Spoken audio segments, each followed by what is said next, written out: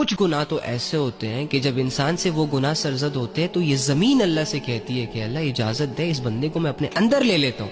اور کچھ گناہ تو ایسے ہوتے ہیں جو انسان کو بالکل جہنم کے کنارے تک لے جاتے ہیں. جبکہ کچھ گناہ ایسے ہوتے ہیں جو انسان کو اپنی نظروں میں گرا دیتے ہیں. تو گناہوں سے بہت بڑا لاس ہوتا ہے ہمارا.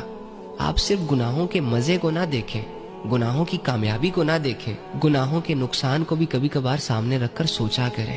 اینی جب بھی آپ اپنے حق میں ایسا کوئی ظلم کریں تو اس کے بعد اللہ کے پاس جایا کریں, اللہ کو منایا کریں. زمین کے جس ٹکڑے پر آپ سے گناہ ہو اسی ٹکڑے پر توبہ بھی کیا کریں. جس جگہ آپ سے گناہ ہو اسی جگہ اللہ سے توبہ کریں. جس دن آپ سے گناہ ہو اس دن اللہ سے توبہ کریں, تاکہ کل قیامت کے دن جب یہ زمین آپ کے گناہوں کی گواہی دے گی نا تو ساتھ میں یہ بھی کہے کہ اللہ کچھ دیر بعد اس نے توبہ بھی کی تھی.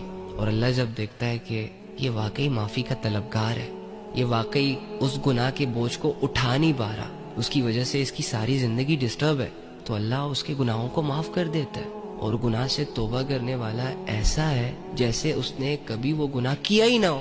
ہماری غلطی یہ ہے, ہمارا سٹریس یہ ہے کہ ہم گناہ تو کرتے ہیں, جو کہ بری بات ہے, نہیں کرنی چاہیے, کیونکہ اس کی مثال اپنے پیروں پر خود کلہاڑی مارنے کے برابر ہے.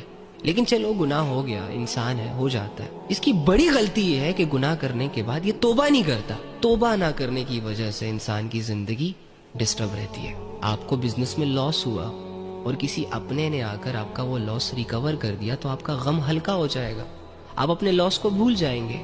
لیکن اگر وہ لاس کسی نے ریکور نہ کیا تو وہ غم مہینوں تک آپ کے ذہن میں گھومتا پھرتا رہے گا, اور اس غم کی وجہ سے آپ کی زندگی ڈسٹرب ہو جائے گی. کھانا کھاتے ہوئے بھی یاد آئے, نہ کسی سے پراپر طریقے سے بات کرو گے, نہ کچھ, سارا دن بس سوچتے رہو گے. یقین مانیں گناہوں کو اور بے حیائیوں کو کرنے کے بعد آپ اپنے ایمان کا بہت بڑا لاس کرتے ہیں. تو میرے بھائیوں اور میری بہنوں, اپنی جانوں پر تھوڑا سا رحم کر لو.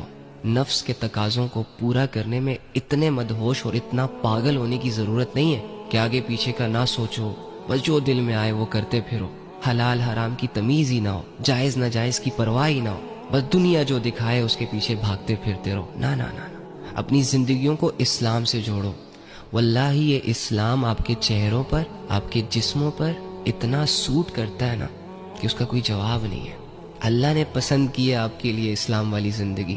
مجھے بتائیں, اللہ کی چوائس میں کسی طرح کی کوئی کمی ہو سکتی ہے؟ جو فاتر ہے, حکمتوں کا مالک ہے, قدرتوں کا مالک ہے, جس نے پوری دنیا کو شعور دیا.